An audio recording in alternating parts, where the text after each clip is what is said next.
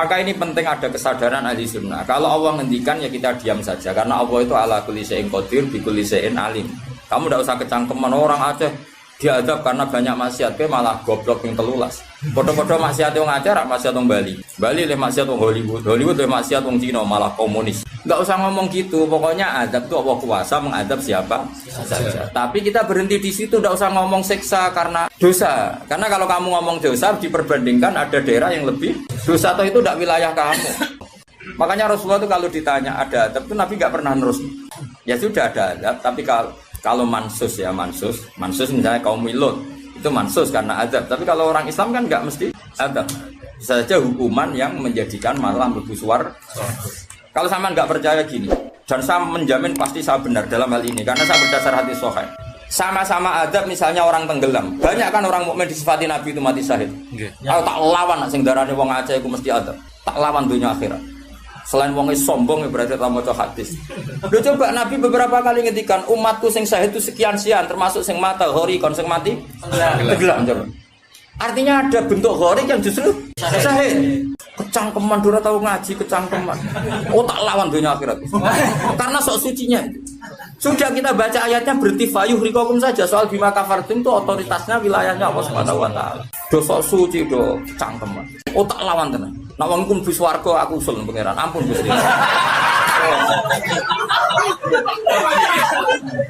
Niku nate ngenyek tiyang wong sak provinsi. Sok sucinya. Lo coba ya. Banyak orang mati divonis misalnya kamu, wah iku krana adab. Ternyata Nabi ngendikan maktun wong lara weteng syahid. Gharik syahid, mahdum syahid. Orang yang mati korban, kan kita tidak pernah tahu. Ya sudah bodoh-bodoh tidak pernah tahu, pakai yang husnul khotimah saja, pakai yang husnudzon saja. Saya ulang lagi ini penting saya utarakan. Jadi Allah saja yang Tuhan ngendikan itu potensi. Saya pastikan lah. Kita semua kenal Allah yang warahmati wasiat. Nabi berkali-kali ngendikan inna rahmati sabaqat ghadabi. Sebagian riwayat bukan sabaqat, ghalabat. Setiap rahmatku pasti mengalahkan azabku.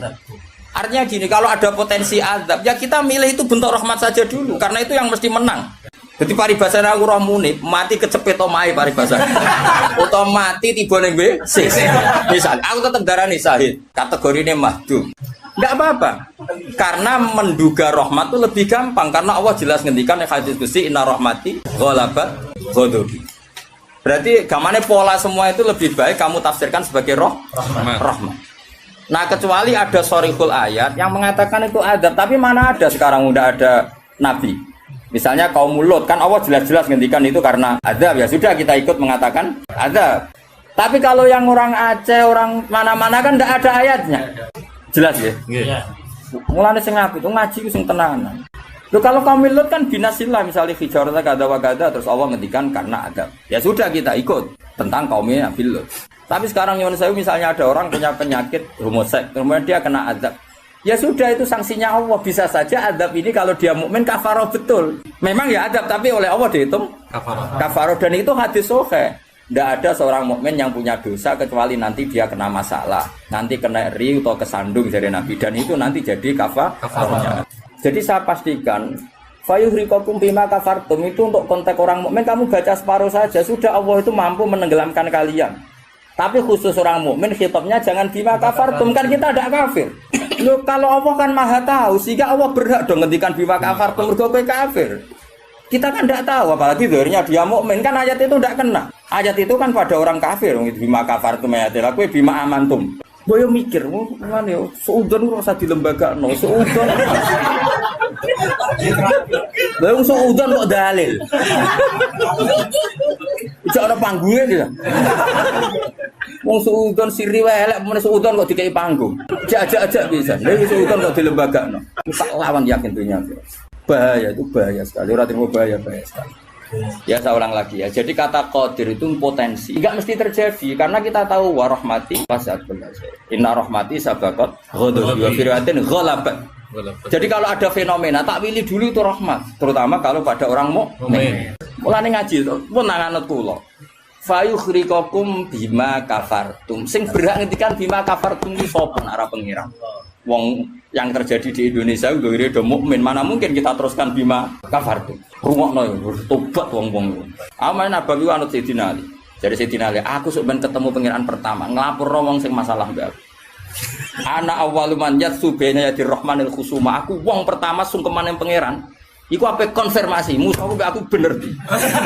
Aku sih yakin ngono. Aku sebenarnya ngono. Ulama dilawan balik ngenyek wong. Tapi kalau Allah ngendikan adab itu mau ngendikan potensi. Jong nak kelakuan ngene, aku iku kuwasa mendatangkan siksa. Kuwasa itu kan belum eksekusi kan? Bisa iya, bisa tidak. Maka ya sudah itu potensi. Maka kalau ada orang mukmin ngalami apa itu sebagai ada banyak potensi yang mesti terjadi hubungan manusia dengan Allah itu rahmat. Wawas ya orang. Terus akhirnya murid kula nak di keyakinan tidak seperti saya tak lawan. Karena ini menyangkut tradisinya pangeran sunatullah hubungannya mbek kaulane itu rahmat. Bahkan redaksine kata bacora aku ra ahli sunah tamanani majibno. Mari ahli sunah nadarane apa ora wajib nglakoni apa ya ono wae. Maksudnya kula ya kan. Wis jelas istilahnya kan kata barabbukum ala nafsi. Cuma kita sebagai ahli sunnah manjan mengatakan Allah itu tidak wajib melakukan apa saja. Tapi Allah sendiri mengistilahkan dirinya pasti mewajibkan pada dirinya melakukan rahmat. Baik kula suwun. Hubungane wong mukmin be Allah iku yakini hubungan sing baik. Mergo Allah ngendikan be kata rabbukum ala nafsi rahmah. Sebagian wassalamu ala manit tabal huda. Dadi anggere ana wong mukmin hubungannya ambek Allah itu untuk salam. Paham ya? Soal nanti ada salah-salahnya itu ya mesti wae wong ya salah. Aku rasa mbok kandhani. Macam kita pakai aku rasa kecangkeman. Didali. Sudah jelas Qur'annya gini, nanti Qur'an sing ndi. Wah, saya pernah melihat ada kitab judulnya welali, aku isinya loh ini. Tak ulang lagi, saya tidak bosan karena kita ini nusrotan li ummati Rasulillah sallallahu alaihi wasallam. Kita akan bela mati-matian umatnya Kanjeng Nabi. Nah, kan umatnya Nabi iman be Kanjeng Nabi wis salat, wis maca sholawat. Zaman akhir koyo ngene rusak ibadah. Mbok tuduh nak kena adab. Wis aku. Wis tak nak kena sanksi koyo Kanjeng Nabi lho nak ngendikan niku. Kanjeng Nabi nak ngendikan kan enak, wong mukmin kena ri, kena opo wae bahkan susah. Wong mukmin kok susah. Susahe wae insyaallah dadi kafarah. Mulane Kanjeng Nabi nate ngendikan inna minadz-dzunubi dzamban la yukaffiruhu illa hamul maisha. Ana dosa iku isane kafarah nak kowe susah. Asa ulang lagi berkali-kali. Pokoke nak ana masalah mbek wong mukmin, sing gampang takwilane yaiku hubungane rahmah. Iku sing bisi watil jasmi. Mergo Allah ngendikan wa rahmati wasi'at kullasyai. Setiap orang pasti mendapatkan rahmatnya Allah. Lah soal nanti Allah rodok ngekei sanksi mergo duwe Quran ora dijogo. Dadi kiai ora tau mulang, terus rodok diadab apa sithik-sithik bojone minggat. Rezekine angel. Yo nak pancen iku adab tenan mesti asal wong mukmin statusnya apa nglebur dosa ora istenak. Kowe sing hukume adab terus piye? Dadi anggapnya dikopiok ngono lho maksudnya.